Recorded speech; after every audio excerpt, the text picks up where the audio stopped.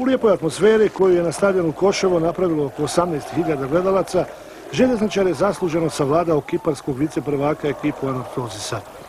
Naš tim je od samog početka imao terensku inicijativu, a prvo uzbuđenje se desilo kada je bosanski Emre Arben Avdija šutirao sa 20 metara, a lopta nakon intervencije golmana gostiju pogodila stativu. Najbolji igrač gostiju, Gruzijac Temur Kecbaja, iznenadio je sve na stadionu pokušajem sa oko 40 metara. Na sreću, lopta je samo okrznula stativu.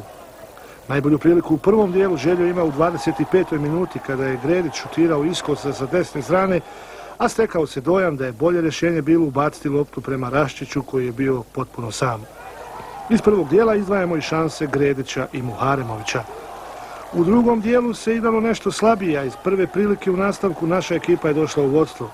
U 71. minuti Biščević je uposlio Avdiju, ovaj sjajno centrirao, a Gredić pogodio za vodstvo od 1:0 i veliko slavlje željnih navijača. Samo par minuta kasnije nova velika prilika za plavi. U šansi je bio Alihođić koji dobro šutira, ali lopta umjesto mreže pogađa prečku.